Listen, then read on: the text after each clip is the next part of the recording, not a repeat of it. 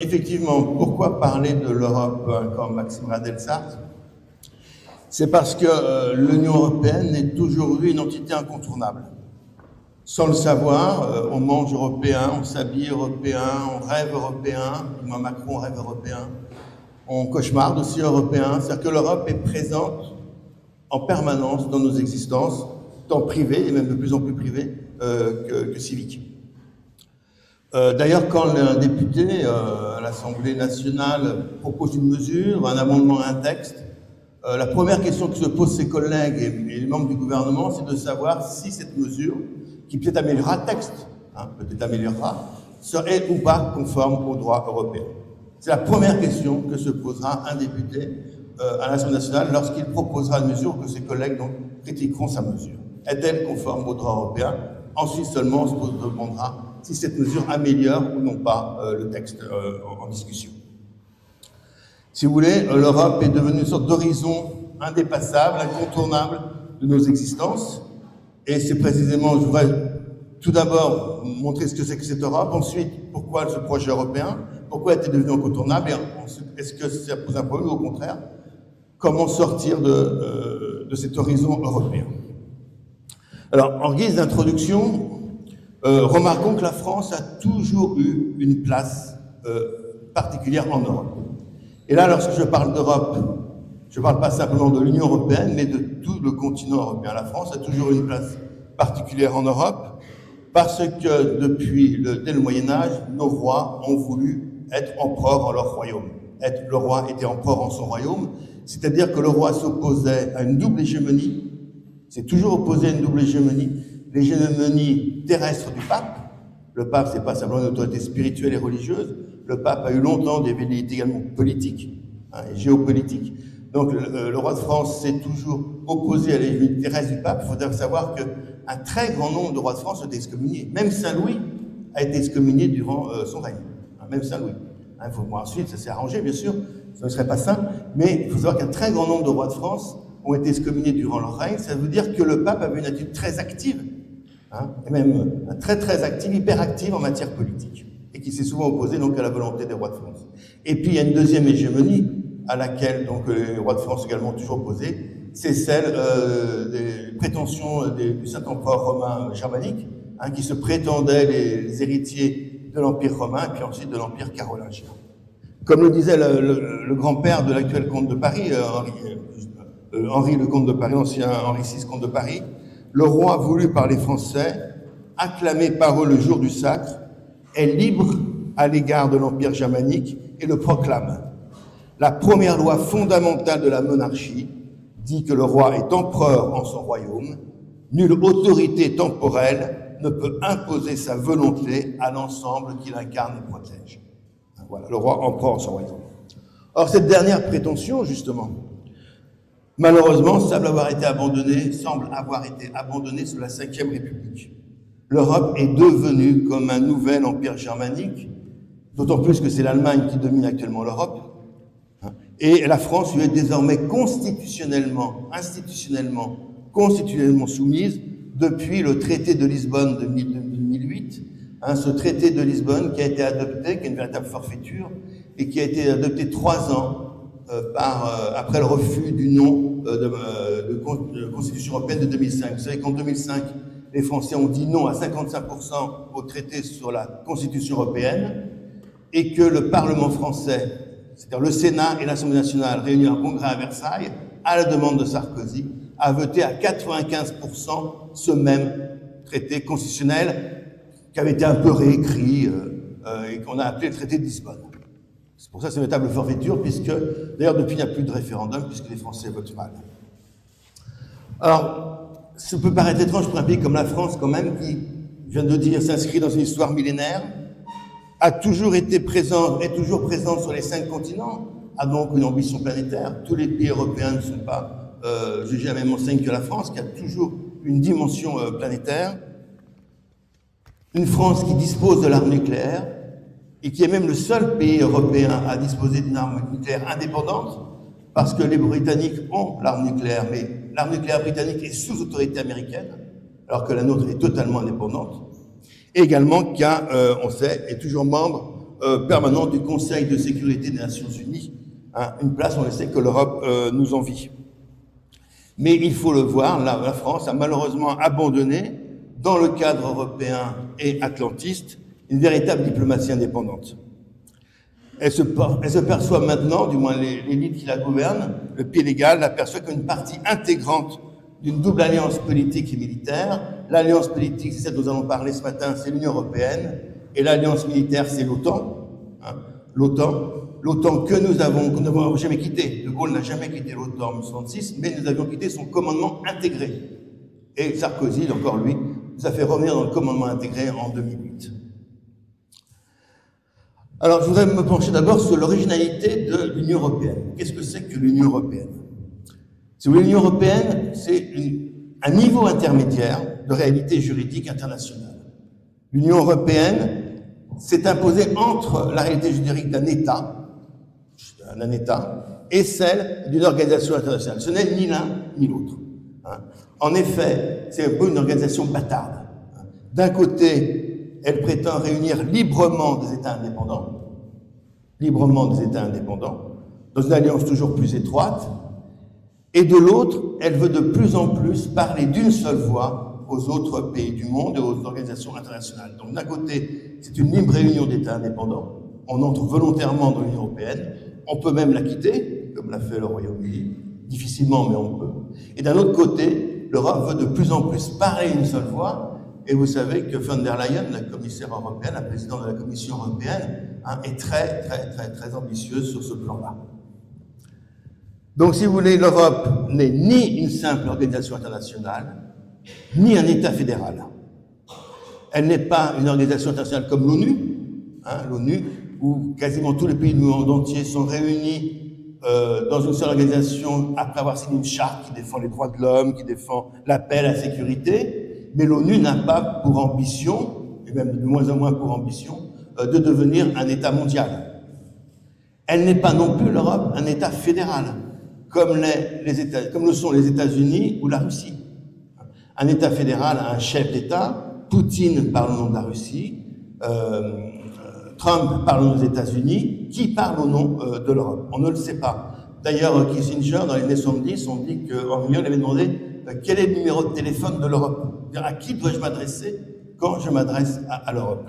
Eh bien, précisément, on ne le sait pas parce que, eh bien, les institutions européennes ressemblent à une véritable usine à gaz. Alors là, ça devient un peu technique, mais c'est aussi parce que l'Europe est une usine à gaz et qu'il faut un peu suivre. Il faut d'abord que vous sachiez faire la différence entre le Conseil européen, le Conseil de l'Union européenne, le Conseil de l'Europe, la Commission européenne et le haut représentant pour la politique étrangère. Alors, vous avez d'abord le Conseil, ça ce sont tous des institutions qui gravitent autour de l'Europe.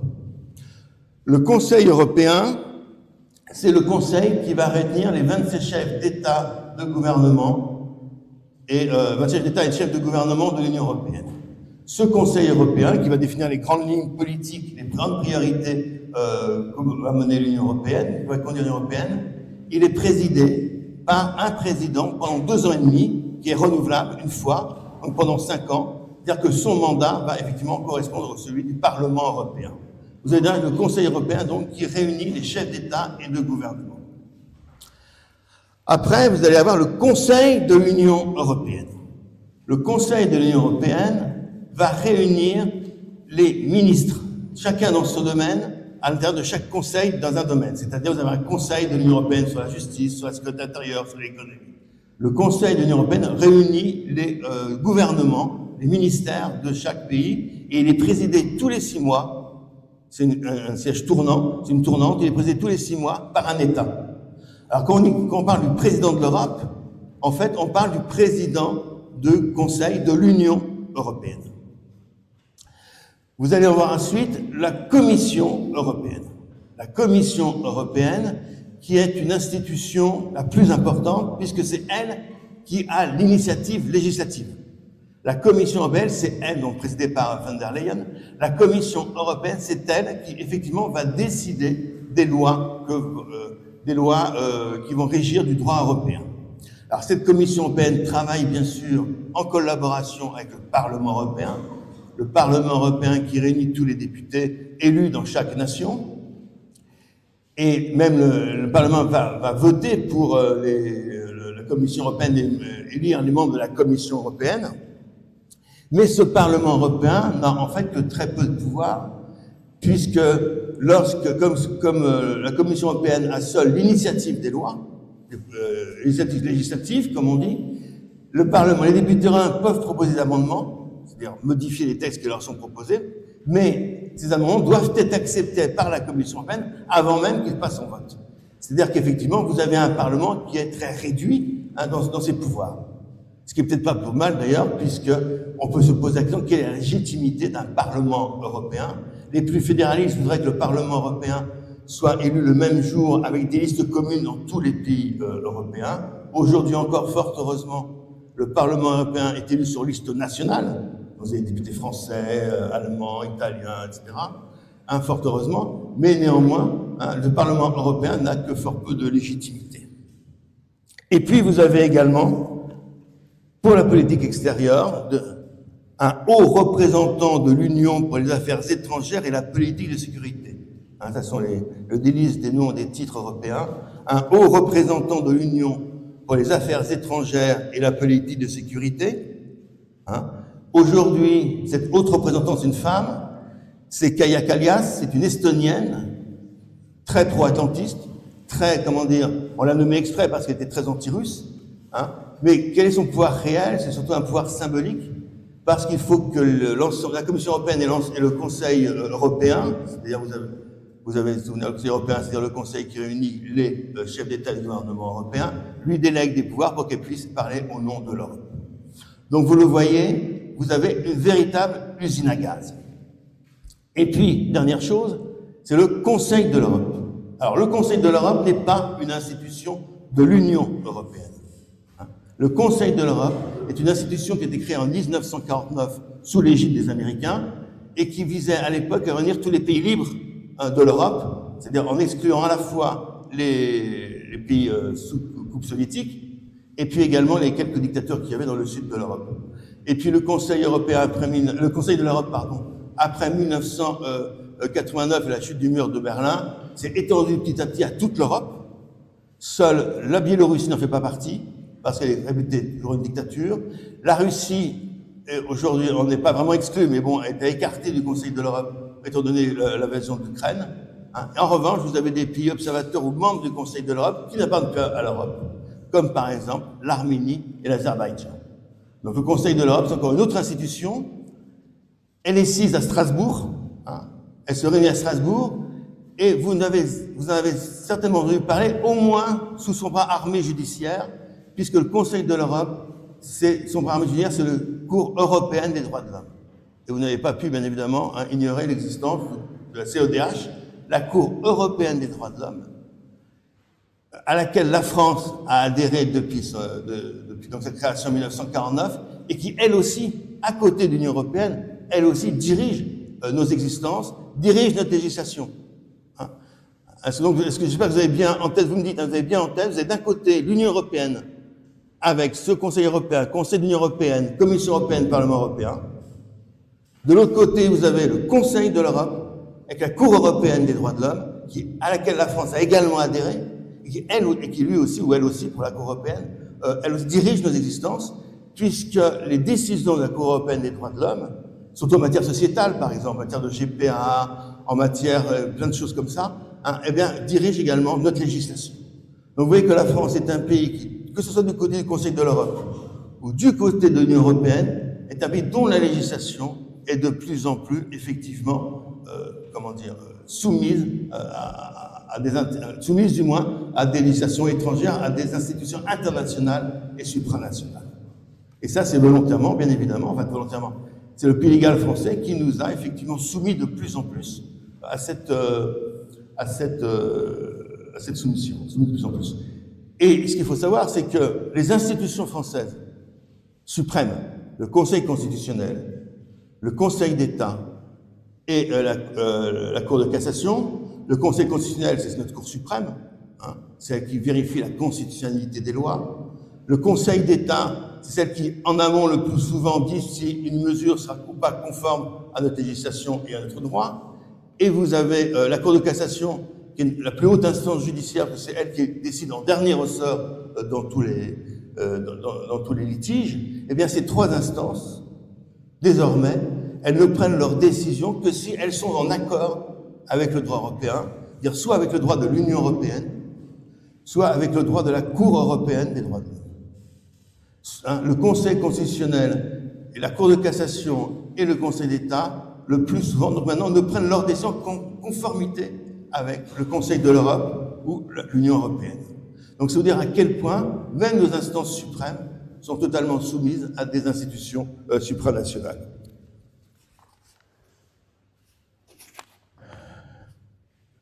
Est-ce que vous suivez jusqu'à présent? Vous me dites, hein, si je vais trop vite ou que c'est trop flou. Alors pourquoi donc cette véritable usine à gaz? Précisément parce que l'Europe n'est pas encore un État fédéral. Elle est toujours un État, un agrégat d'États indépendants, mais officiellement indépendants, mais tout est fait depuis 1992 et le Maastricht, le traité de Maastricht, qui avait été un référendum qui avait été vraiment très peu de voix qui avait été accepté par les Français.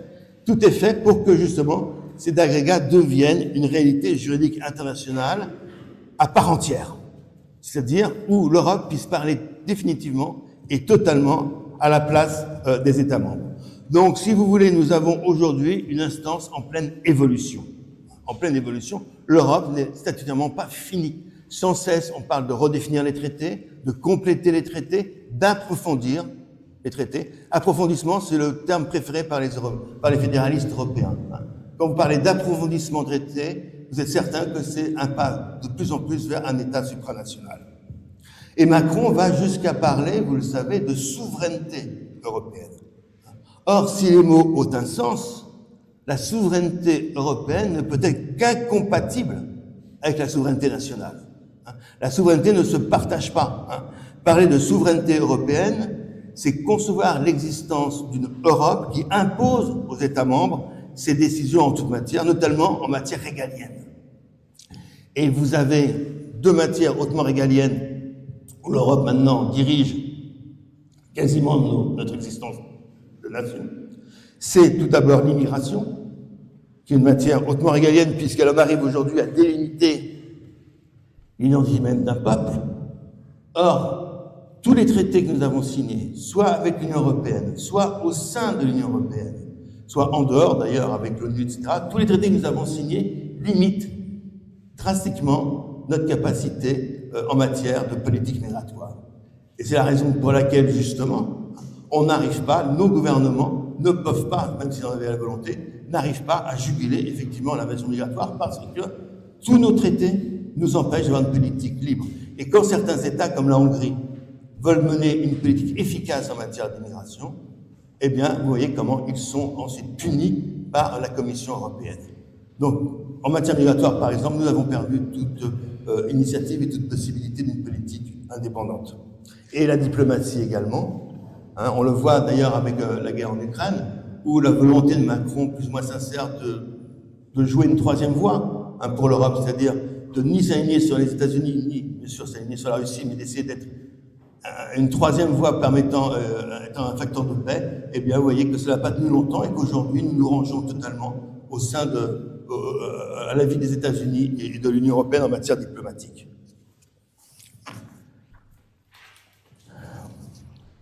Alors, ce processus européen a été continu et cohérent. C'est un processus continu et cohérent. Pourquoi nous en sommes arrivés là? Il faut savoir que ce processus est né dès la défaite de l'Allemagne en 1945. Hier, on vous a parlé du traité de Ventotene sur les démocrates et les communistes italiens qui souhaitaient une embauche d'Union européenne et l'ébauche d'Union européenne. Tous les pays européens ont eu leurs européistes. La France a eu pas mal d'européistes aussi. C'est un des sujets de mon livre. C'est montrer comment l'européisme, l'idéologie européenne est une idéologie française, dans un certain sens. Nous avons eu beaucoup d'européistes. Et dès la guerre, avant même la défaite de 1945, ce projet européen a été mis sur les fonds baptismaux par un Français exilé aux États-Unis qui s'appelle Jean Monnet. Quand Donald Trump ose dire que l'Europe a été fondée contre les États-Unis, a été conçue et créée contre les États-Unis, il se moque particulièrement du monde, puisqu'au contraire, l'Europe est un projet 100% américain. Et Jean Monnet, qui est exilé aux États-Unis durant la guerre 45, avait une seule perspective, un seul but, c'était précisément que les États européens ne puissent plus se faire la guerre, et que pour cela, son projet, c'était de leur retirer leur véritable souveraineté, en faire des États interdépendants. Et pour cela, justement, son but, c'était de retirer la souveraineté politique aux États européens. Bien évidemment, on peut dire à un peuple comme cela qu'on va lui retirer son indépendance. Alors, quel a été le modèle idéologique des Européens? C'est de dire qu'il ne faut pas confondre souveraineté et indépendance. Là, il va falloir un peu suivre. On est un État souverain et un État indépendant. La souveraineté et l'indépendance sont deux choses différentes. Il faut faire une distinction entre l'indépendance et la souveraineté. C'est cette dialectique, cette distinction sur laquelle repose le projet européen. Et cette distinction, c'est un socialiste qui l'a posée de la façon la plus claire, un socialiste qui s'appelle Léon Blum, qui, à la conférence conférence internationale socialiste de Stresa en 1948, il est revenu sur des bancs de la scène politique dès 1946. Léon Blum, je ne vous le présente pas, c'est le chef du Front populaire en 1936. Bon, il a passé la guerre. En 1946, De Gaulle s'en va et il revient au pouvoir. Et en 1948, il participe à la conférence internationale de Stresa. Et les socialistes doivent se prononcer sur le plan Marshall, ce plan d'aide financière que les États-Unis ont octroyé à l'Europe pour sa reconstruction. Les communistes étaient contre, puisque l'Union soviétique était contre le plan Marshall, c'était un projet et une finance américaine, et les socialistes ils devaient se prononcer sur le plan Marshall. Or, les socialistes, qu'est-ce qu'ils disent à la conférence de Strasbourg? Qu'est-ce que dit Léon Blum? Qu'il est pour le plan Marshall, qu'il est pour l'aide américaine. Et il ajoute, c'est vrai, ce plan Marshall va limiter notre souveraineté. En revanche, il ne va pas limiter notre indépendance. C'est ce paralogisme, ce faux raisonnement que fait Léon Blum et qui est à la base même du projet européen. Blum, en effet, assure d'emblée que l'indépendance d'un État, ce n'est pas sa souveraineté. L'indépendance, ce sont les droits fondamentaux d'une nation, au même titre qu'un individu a des droits fondamentaux. Effectivement, chacun d'entre vous, vous avez des devoirs, bien sûr, donc c'est rien. Vous avez également des droits, comme celui de venir au CMRDS, celui de vous marier, celui de prendre tel ou tel métier, le servage était aboli, on ne peut pas vous forcer à travailler. Vous avez des droits fondamentaux qui sont attachés à votre nature même de personne et de citoyen. Vous avez donc des droits fondamentaux comme individu. Mais vous n'êtes pas souverain au sens où vous ne pouvez pas vous écarter de la loi. Vous ne pouvez pas vous écarter de la société. Vous ne pouvez pas pour autant faire ce que vous voulez. Votre action indépendante s'inscrit dans un cadre légal qui est celui de la société de la nation. Blum transpose ce raisonnement qui est valable pour les citoyens et les individus, et le transpose aux nations. Et il dit effectivement une nation indépendante qu'on respecte ses droits fondamentaux, mais elle n'est pas souveraine. C'est-à-dire qu'elle ne peut pas faire n'importe quoi. Bien sûr qu'une nation ne peut pas faire n'importe quoi, mais Blum et les Européens oublient une chose, c'est qu'il n'existe pas de société encadrant toutes les nations, comme il existe une société qui encadre l'action des individus. Nous vivons dans une société en tant qu'individus, en tant que citoyens. Mais les nations, elles font des alliances. Elles peuvent faire même des sociétés des nations qu'on a eu entre la guerre. C'est-à-dire qu'elles peuvent se réunir librement. Et il y a l'ONU aussi, qui est une sorte de société des nations. Mais néanmoins, les nations ne sont pas des individus d'une grande société internationale. Il n'y a pas de gouvernement mondial. Et donc dire qu'un État peut être indépendant sans être souverain, ça signifie simplement qu'on soumet les États à une instance supérieure qu'on va se définir, à un fédérateur supérieur. Alors comme il n'existe pas en droit international qui ne peut pas rien vous imposer, un État peut toujours dénoncer un traité, le modifier, s'en retirer. Ça se fait sans cesse, les États se retirent ou modifient les traités. Néanmoins, on va se soumettre à un fédérateur. Ce fédérateur, qu'est-ce que ça va être? Au temps du plan Marshall, ce fédérateur, ce sera les États-Unis. Les collaborateurs avant voulaient que ce fédérateur soit l'Allemagne, qui allait réaliser l'Europe. C'est-à-dire qu'on va se soumettre à une instance qui va brimer notre indépendance. Donc il s'agit d'un véritable sophisme. La dialectique entre l'indépendance et la souveraineté, c'est un sophisme, c'est un faux raisonnement. Un État ne peut être indépendant s'il est souverain, c'est-à-dire s'il ne peut pas décider lui-même, effectivement, de sa politique intérieure et extérieure. Or, ce discours de Léon Blum en 1948, qui justifie donc l'asservissement de la France au plan américain, ce discours avait déjà été tenu justement bien avant. Il avait été tenu sous la collaboration. Je vous ai parlé de la collaboration du fédérateur nazi. Les collaborateurs également, eux aussi, voulaient une Europe nouvelle, une Europe de paix, une Europe nouvelle sous le fédérateur allemand. Pierre Laval, par exemple, dans son discours du 22 juin 1942, justifie ainsi la politique de collaboration. Il veut une république plus jeune, plus humaine, plus forte. Le socialisme s'instaurera partout, en Europe, et la forme qu'il trouvera en France sera décidée par notre caractère national. Notre souveraineté est réduite à notre caractère national. Presque notre caractère folklorique, une sorte d'identité folklorique. Ce sera notre caractère national.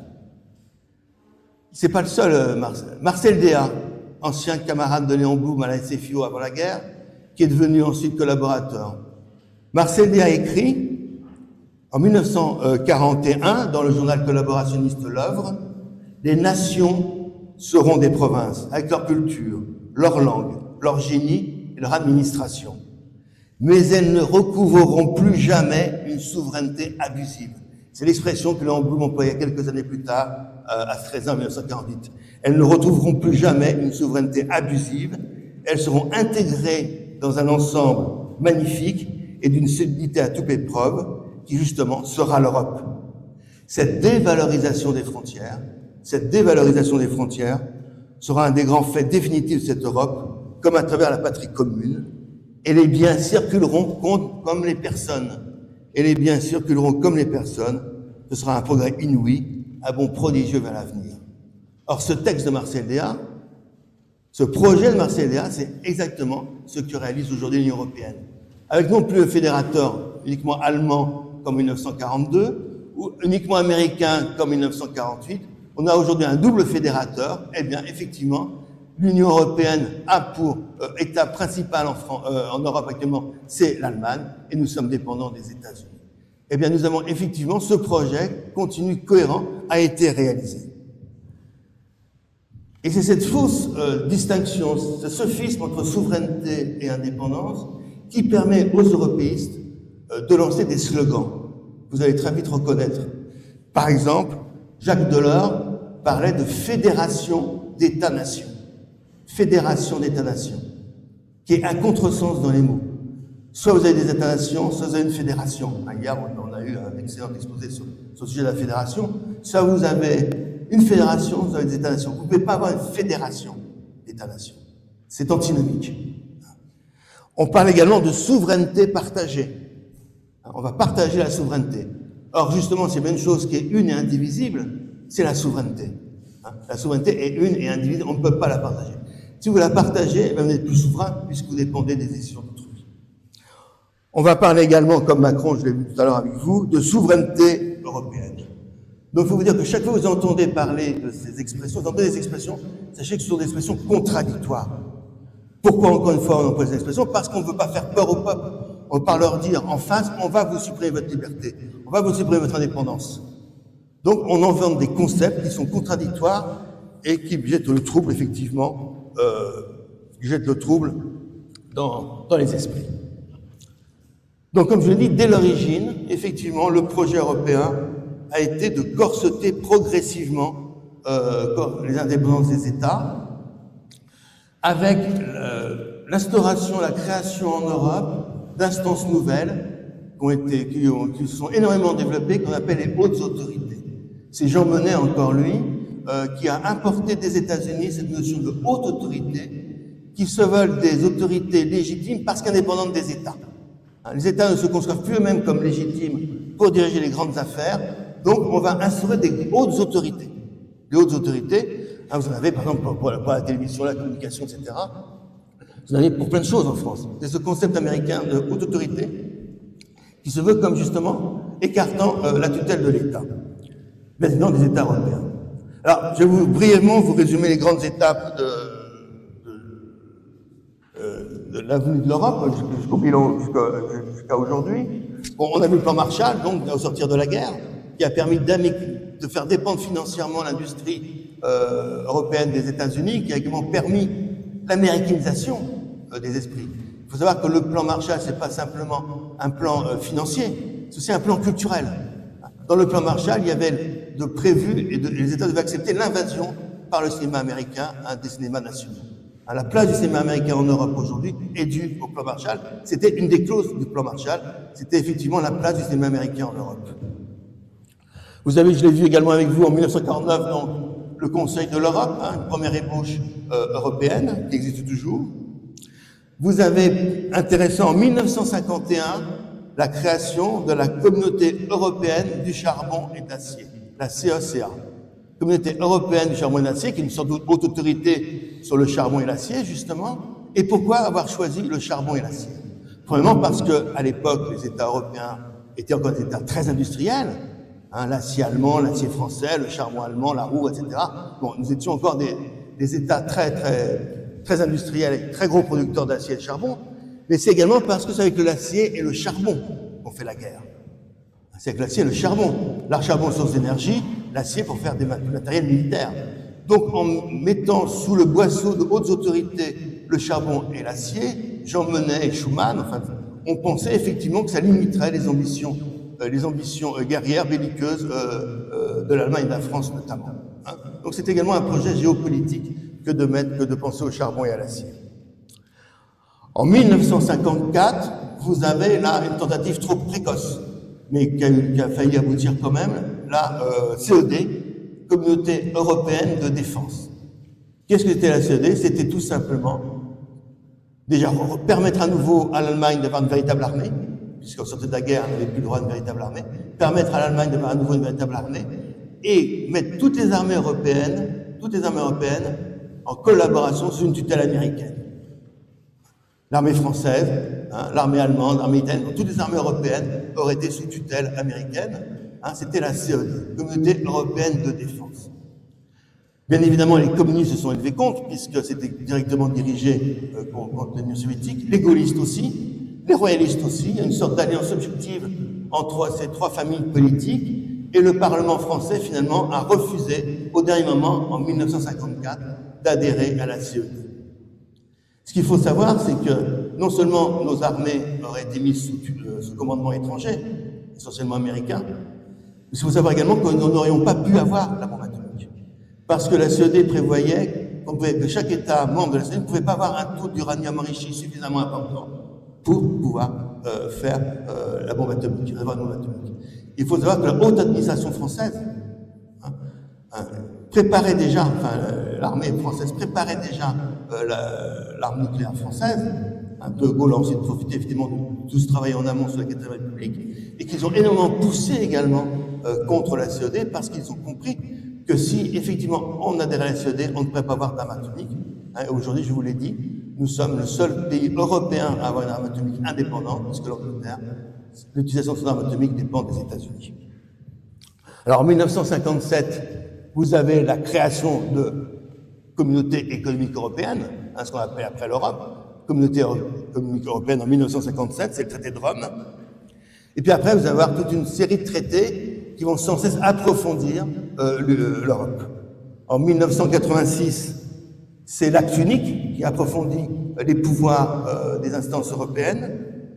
En 1992, vous avez le traité de Maastricht, qui notamment crée l'Union européenne, l'Union européenne date de 1992, crée l'Union européenne, crée la citoyenneté européenne, car je ne sais pas si vous le savez, mais vous êtes également citoyen européen, et également crée l'euro. Bon, l'euro n'a été dans notre portefeuille qu'en 2002, mais c'est le traité de Maastricht en 1992 qui le crée. Vous avez ensuite le traité de Lisbonne, donc on a déjà évoqué en 2008, qui est une véritable forfaiture, puisque les Français et les Danois avaient dit non en 2005. Et puis vous avez le dernier né des traités en 2012, le TSGC, le traité sur la stabilité, la coordination et la gouvernance, traité sur la stabilité, la coordination et la gouvernance, qui est là une étape supplémentaire dans notre inféodation à l'Europe, puisque ce traité prévoit que nos budgets sont d'abord visés en amont par la Commission européenne. On nous dit sans cesse que le premier rôle d'un Parlement national, sa première fonction, c'est de voter le budget, de décider effectivement des recettes et des dépenses de la nation. C'est le rôle fondamental d'un Parlement. Eh bien, depuis 2012, ce rôle fondamental appartient en amont à la Commission européenne, puisque le budget qui sera ensuite discuté dans les parlements nationaux devra être validé en amont par la Commission européenne. Donc, c'est-à-dire à quel point, effectivement, nous sommes totalement corsetés. Et malheureusement, sous prétexte d'élargir l'Europe, notamment à l'Ukraine, vous savez que c'est un des dadas de certains Européens d'élargir l'Europe à l'Ukraine, c'est une catastrophe au plan économique et au plan géopolitique, eh bien, on veut encore approfondir les traités à l'horizon de 2030. Et Paris et Berlin sont effectivement très en pointe sur la question, pour des raisons d'ailleurs différentes. L'espace de l'Est, l'Ostpolitique, l'espace de l'Est a toujours été un espace vital pour l'Allemagne. Donc que l'Allemagne veut avoir un temps de regard sur l'Ukraine, c'est tout à fait compréhensible, tout en ménageant le voisin russe. L'Allemagne a toujours effectivement une double politique, vouloir s'étendre à l'Est, tout en ménageant son voisin russe. Pour la France, c'est essentiellement par idéologie. Nous avons malheureusement à la tête de l'État un homme qui croit en l'Europe, qui croit au rêve européen, c'est sa formule, qui parle de souveraineté européenne, nous l'avons dit. Eh bien, cet homme pense effectivement à une grande Europe et pense à une Europe puissance. Donc c'est par idéologie essentiellement, malheureusement, que nos élites sont prêtes à trahir. Et elles le sont prêtes de façon particulièrement grave aujourd'hui. Un des conseillers principaux de Macron, qui s'appelle Lescure, qui était député, conseiller industriel, représentant des Français d'Amérique du Nord à l'Assemblée, déclarait en 2021 que non seulement il souhaitait, au Figaro, que non seulement il souhaitait en finir explicitement avec l'héritage du gaullisme, en politique extérieure, l'indépendance nationale, qu'il fallait condamner toutes les tentations protectionnistes, qu'il fallait militer pour le fédéralisme européen, qui doit devenir notre horizon partagé, et il ajoute, on peut aussi imaginer au-delà de 2030 que la France partage son siège au Conseil de sécurité de l'Organisation des Nations Unies avec les autres nations européennes. C'est-à-dire que nous avons, en tant que vainqueurs associés de 1945, une place au Conseil de sécurité aux côtés des États-Unis, de Grande-Bretagne, de la Chine et de la Russie. Nous sommes un des 5 ou 6 grands, effectivement, considérés encore comme grands aux Nations Unies. Or, les européistes voudraient que nous partagions que nous livrions en fait à Bruxelles notre siège au Conseil de sécurité des États-Unis, qui serait bien sûr symbolique pour l'Europe, parce que l'Europe deviendrait comme un État, ce que je vous ai dit au début de mon propos, deviendrait comme un État vis-à-vis des autres juridictions internationales. Il ne resterait plus qu'à partager notre dissuasion nucléaire. Si effectivement, je vous ai listé au début tout ce qui faisait qu'on était encore un grand État, présence sur les 5 continents, j'ai oublié de dire aussi que nous avions la 2e superficie maritime au monde, derrière les États-Unis, armes nucléaires, etc. Si on partage notre arme nucléaire, eh bien effectivement, là, nous ne sommes plus rien. Du moins, nous ne sommes quasiment plus rien au point de vue souveraineté nationale. Or, cette volonté de partager la dissuasion nucléaire est de plus en plus admise par Macron, qui a lancé ces derniers mois quand même des signaux très alarmants sur le sujet quand il dit qu'il faut associer certains États européens à notre arme nucléaire, ce que ça veut dire, associer. Et quand Merz, le nouveau chancelier CDU allemand, au lendemain même de son élection, a dit qu'il fallait se pencher sur ces questions justement de la responsabilité nucléaire de l'Europe. Et il a fait du pied donc à Macron sur le sujet. Vous savez que l'Allemagne n'a pas le droit à l'arme nucléaire. En raison donc de 1945, sa défaite, l'Allemagne n'a pas droit à l'arme nucléaire, mais elle aimerait bien, d'une façon ou d'une autre, pouvoir justement partager l'arme nucléaire française. Alors, si nous n'avons plus notre siège permanent au Conseil de sécurité, si nous partageons notre arme nucléaire, c'en est fini effectivement de la France comme une véritable nation planétaire et indépendante. Et 2030, je vous l'ai dit, n'est pas une date donnée par hasard par Lescure, parce que c'est précisément la date butoir que se fixent l'Allemagne et la France pour approfondir, je vous l'ai dit, les institutions de l'Union européenne, pour intégrer de nouveaux pays comme l'Ukraine ou la Moldavie, toujours plus à l'est donc, pour faire barrage aux prétendus comment dire, l'invasion russe et prétendue menace existentielle russe. Hein, et cet approfondissement de l'Union européenne se ferait selon deux grands axes. Accroître la capacité d'action de l'Union, c'est-à-dire accroître les pouvoirs de la Commission européenne et des instances européennes, et renforcer l'état de droit, c'est-à-dire renforcer l'idéologie européenne, renforcer les mesures de sanctions envers les États européens qui ne se plient pas totalement à la discipline européenne.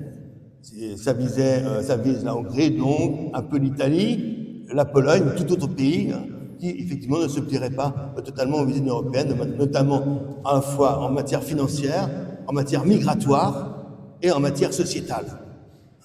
Migratoire, politique, donc, de refus d'immigration, et matière sociétale, toutes les innovations sociétales que l'Europe impose, GPA, PMA, etc., mariage, homosexuel, etc., qui sont également dans un des projets européens. Et pour cela, il faut préparer les institutions. Et pour cela, préparer les institutions, qu'est-ce qu'il faut faire? C'est faire en sorte que les États ne puissent plus s'opposer de manière indépendante à certaines décisions européennes, c'est-à-dire passer, même pour les décisions qui engagent la souveraineté des États, passer d'un vote à l'unanimité, un vote à la majorité. C'est encore technique, mais il faut que vous compreniez que là aussi se joue l'avenir de la France, de notre indépendance. La plupart des décisions aujourd'hui sont prises à la majorité qualifiée, on appelle ça, parce que tous les États ne faisant pas la même chose dans l'Union européenne, ils n'ont pas tous le même nombre de voix. La majorité, elle est qualifiée, c'est-à-dire que chaque État dispose d'un nombre de voix en fonction de son importance. Mais c'est à la majorité. Donc, la plupart des décisions sont prises à la majorité. Mais certaines décisions sont toujours prises à l'unanimité. C'est-à-dire qu'un seul État, même le plus petit, peut dire non et la mesure ne passe pas. C'est quand, justement, ces mesures touchent à la souveraineté militaire, aux intérêts stratégiques, etc., de la nation. Il y a encore des domaines où, effectivement, on peut s'opposer à l'unité. Or, le but, justement, de cet approfondissement de l'Union européenne, ce serait de tout faire passer à la majorité qualifiée.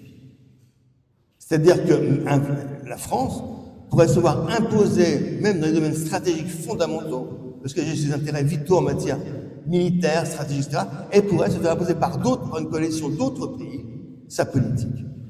Donc ça, c'est très important. Plus l'unanimité recule, moins, précisément, nous sommes indépendants. Et bien évidemment, ce serait pour la France, alors, abandonner toute diplomatie et toute politique de sécurité nationale. D'accord. Ça va?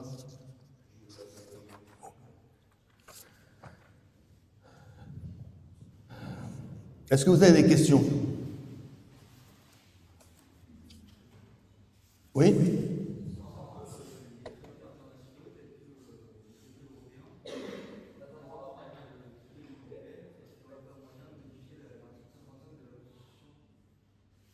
Pour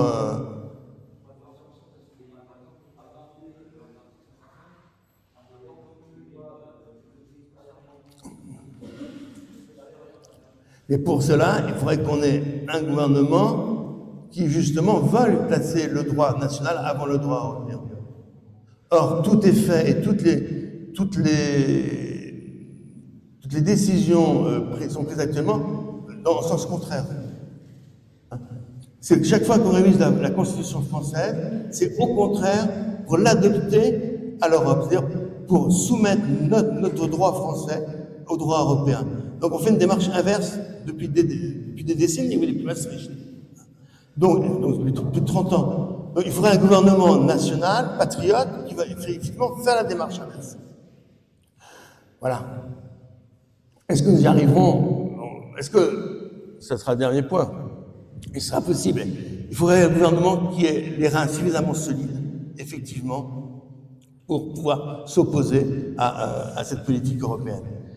Or, c'est conditionné également par tous nos traités que nous avons signés internationalement. Et lorsque Marine Le Pen, par exemple, on ne va pas la citer, a déclaré en 2022 qu'elle ne se retirerait pas de la CEDH, c'est-à-dire qu'elle a décidé elle-même qu'elle considérait comme toujours prioritaire les décisions prises par les instances supranationales. C'est-à-dire qu'effectivement, il faut avoir un gouvernement extrêmement solide et patriote. Or, actuellement, je ne vois pas, effectivement, de perspective dans ce sens-là. Et bien évidemment, ça serait sans même se retirer, ça serait effectivement quelque chose de salutaire.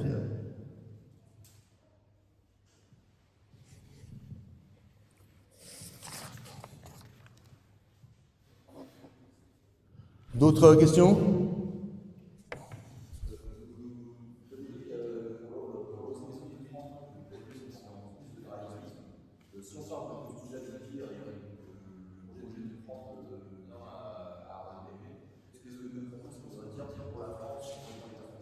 Eh bien, ça voudrait dire que notre législation, et encore 80% des législations sont déjà dictées par l'Europe de toute façon, mais faut que pour notre place dans le monde, nous ne reconnaissons plus comme une voie indépendante, comme la troisième voie.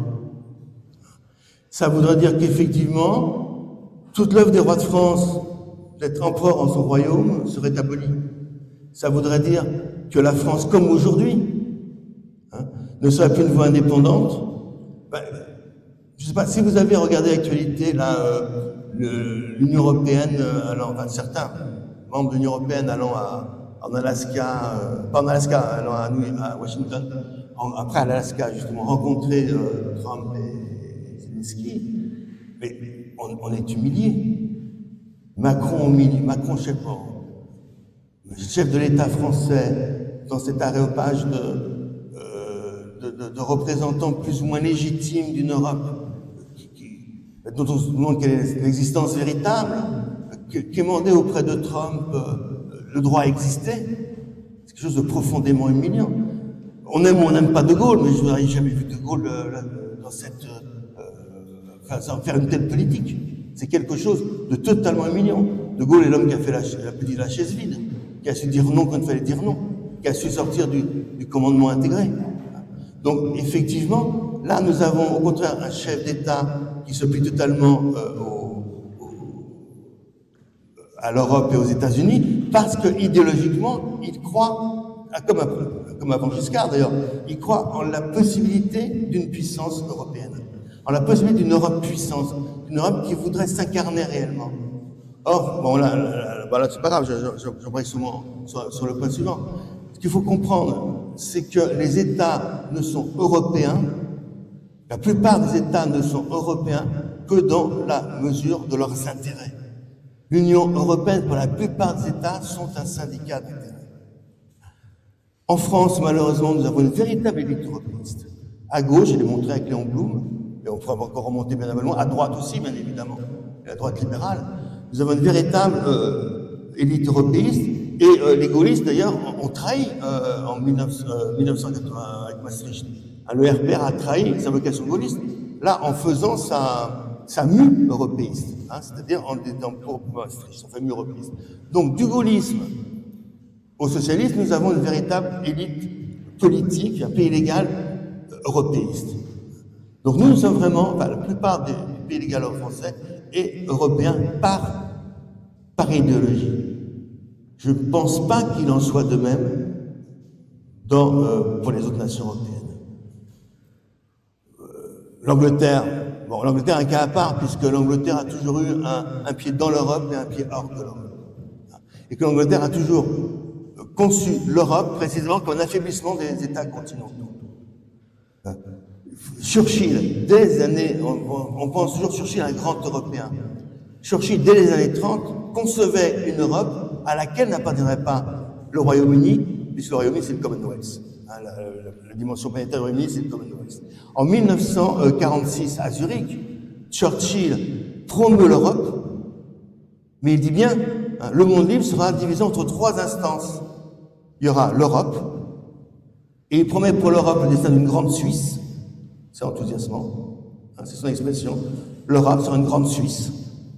Le Commonwealth, l'Angleterre, donc il n'y a que le Commonwealth, et les États-Unis. Et l'Angleterre faisant le lien entre l'Europe et les États-Unis. Donc le Royaume-Uni ne s'est jamais conçu comme une nation européenne. Et entre l'Europe et l'Atlantique, l'Angleterre a toujours choisi de partenaires américains. L'Italie, nation européenne, on l'a vu hier, hein, nation très européenne, effectivement, très européiste même. Mais l'Italie est également une nation encore plus européiste, comme l'Angleterre, une nation très atlantiste. Pourquoi? Tout simplement parce que depuis 1945, l'Italie n'est plus un État véritablement indépendant. L'Italie est sous la coupe des États-Unis. On le voit avec la politique de Meloni. Meloni, hein, qui effectivement sert avant tout en Europe les intérêts, enfin, la politique américaine, très offensive contre la Russie sous Biden, parce que Biden est très offensif envers la Russie, très offensive pour l'Ukraine contre la Russie. Et depuis que Trump est là, Meloni joue au contraire la même politique des États-Unis, c'est-à-dire une politique d'apaisement. Une politique d'apaisement, hein, vis-à-vis de Trump. L'Allemagne, quant à elle, l'Allemagne est un État qui a tout intérêt à ce que l'Europe fonctionne le mieux possible, non seulement parce que c'est la puissance économique principale au cœur de l'Europe, hein, et qui a réussi précisément à diriger l'Europe à travers von der Leyen, qui est la Commission européenne.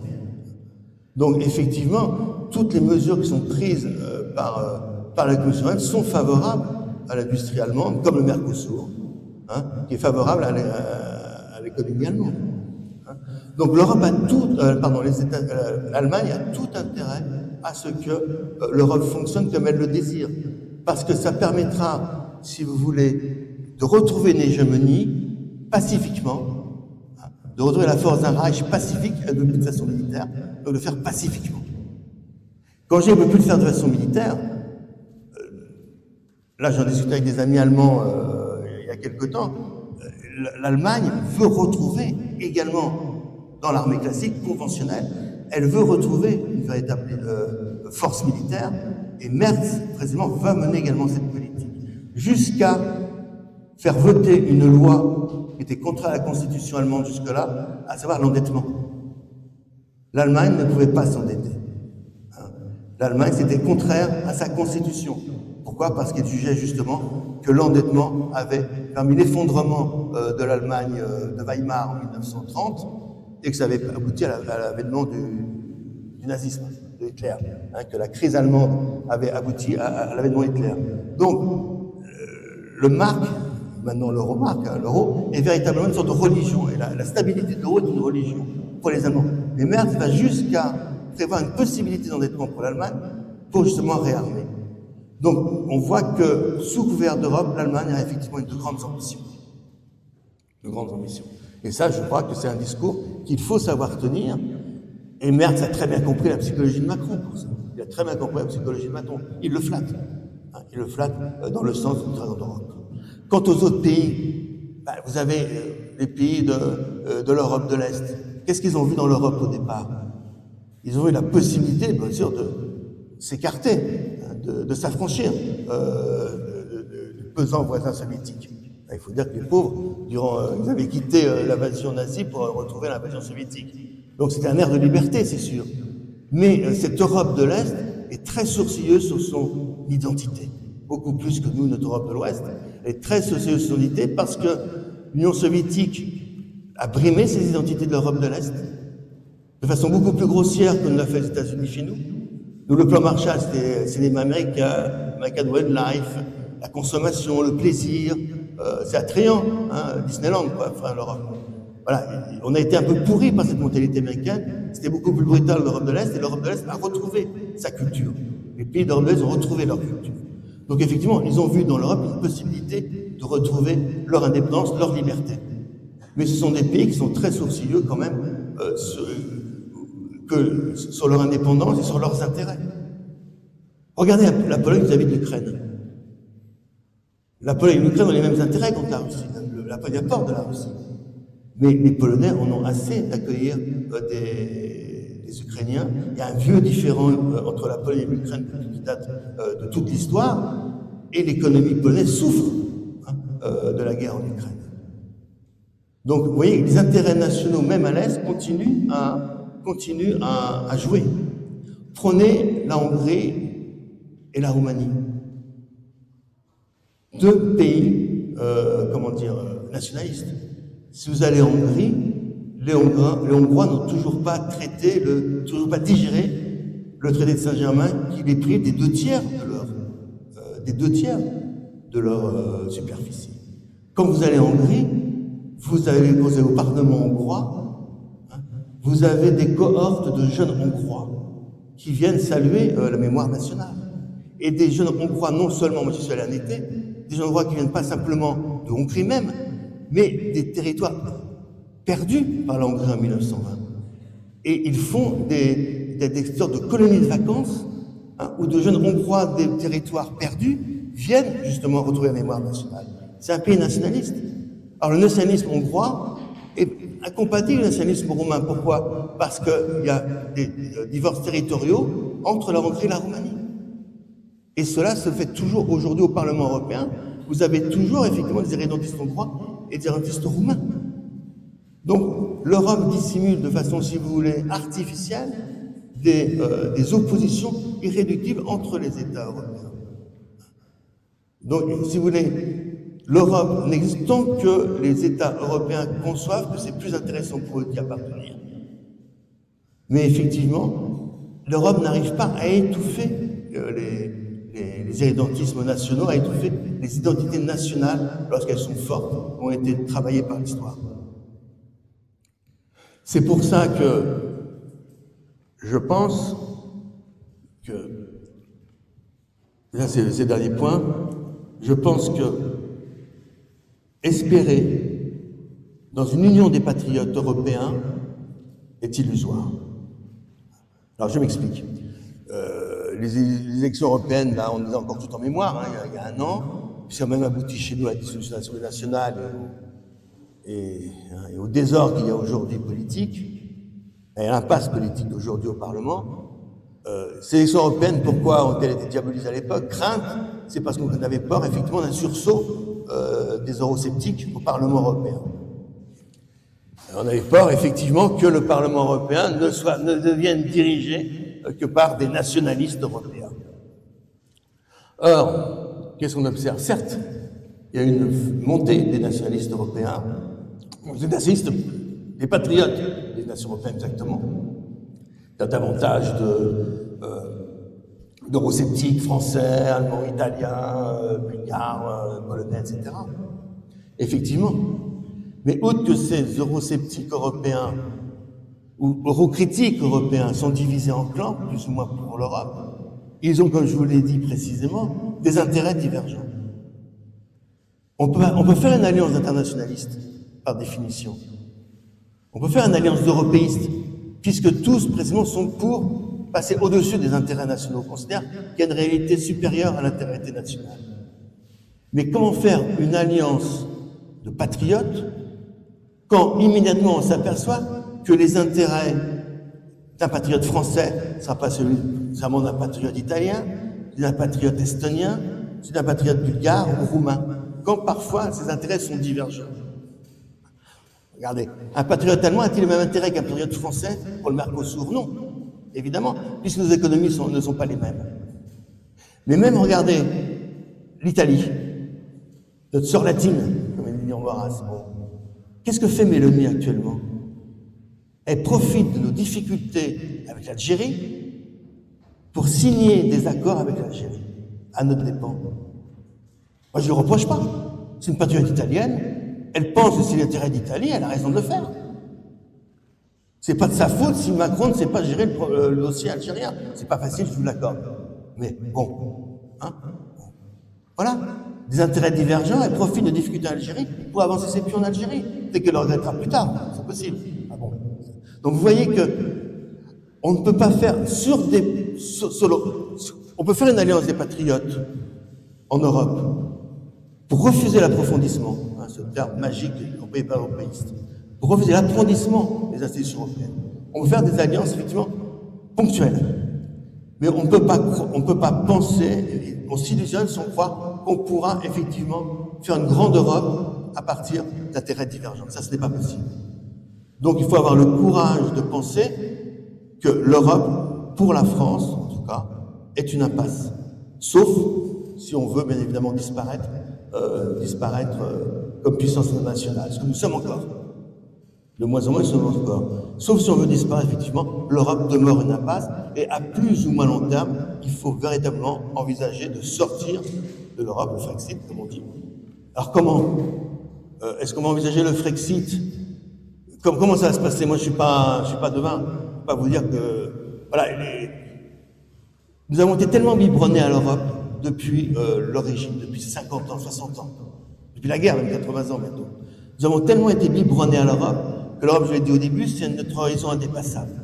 Nous pensons européens malgré nous. On n'imagine pas qu'on puisse, être libre de l'Europe. Vous savez que lorsqu'il y a eu l'abolition de l'esclavage, certains esclaves n'ont pas voulu devenir libres. Ils ont demandé à leur maître de les garder parce que ils n'imaginaient pas qu'ils puissent être libres, s'assumer eux-mêmes. C'est des réflexes. Eh bien, nous, Français, c'est un peu cela, ou même beaucoup de peuples européens, eh bien, on a du mal à s'assumer nous-mêmes, à imaginer qu'on puisse s'assumer. On a tellement pensé que l'Europe était notre gardien, était la paix, que l'Europe assurait le progrès, la paix. Il y a du pacifisme dans l'idéologie européenne. Pas pour ça que l'Europe est née également chez les pacifistes de l'entre-deux-guerres, aussi l'idée européenne. Eh bien, on a tellement peur de s'assumer que la France serait perdue, ou la France serait devenue toute petite, ou on ne pourrait plus s'assumer nous-mêmes. Donc, effectivement, il y a un obstacle psychologique qui a très bien compris le Rassemblement national. Tant que le Rassemblement national était pour le Frexit, et ensuite pour la sortie de l'euro, le vote pour la France nationale restait un vote contestataire. À partir du moment où le Rassemblement national a compris que le suffrage universel étant conservateur, nous aimons, c'est-à-dire qu'il ne faut surtout pas effrayer le suffrage universel. C'est aussi indécent, le fait que le suffrage universel conservateur, il ne faut surtout pas l'effrayer et lui faire peur. Donc, à abandonner le Frexit, le Rassemblement national a été considéré par l'opinion publique d'une façon beaucoup plus large comme un parti de gouvernement. À partir du moment où vous êtes contre l'Europe, vous n'êtes plus considéré comme pouvant accéder au gouvernement ou étant un parti de gouvernement.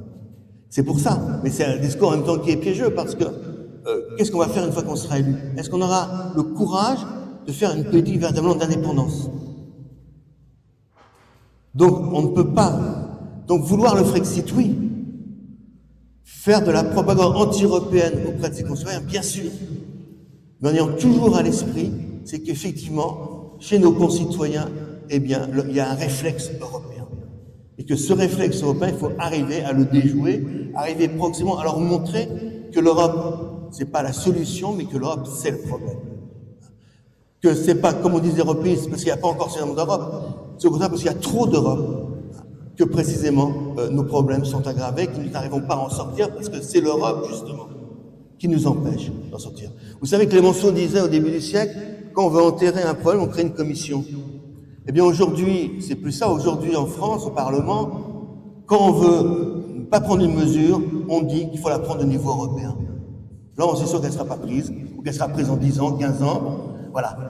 C'est-à-dire, quand on ne veut pas agir, on dit précisément, ah bah c'est le niveau européen, c'est pas le niveau national. Voilà. Donc effectivement, l'Europe est incapacitante. Elle nous empêche d'agir. Et ça, il faut en convaincre nos concitoyens, mais sans les effrayer. Et ça, c'est vrai que c'est pas facile. Donc je ne peux pas vous dire si le Frexit précédera ou pas une crise politique, si ça sera la bout de fruit d'une crise politique ou le départ d'une crise politique.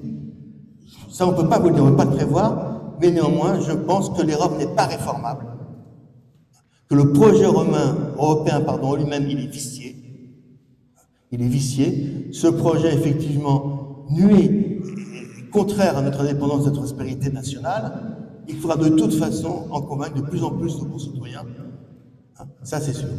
Excusez-moi de ne pas pouvoir vous en dire davantage, mais bon, je ne suis pas devin, mais il faut en tout cas travailler à saper dans les mentalités françaises, nationales, le projet européen, parce qu'il est délétère pour notre patrie. Il est délétère pour la nation. Ça ne veut pas dire qu'il ne faut pas s'allier avec des partenaires européens.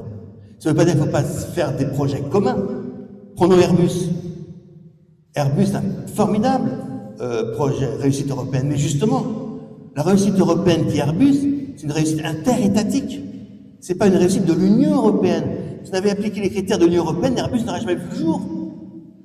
Airbus, c'est une réussite, un projet qui a été fait entre des États indépendants, souverains, qui ont décidé de s'allier pour faire un projet aéronautique.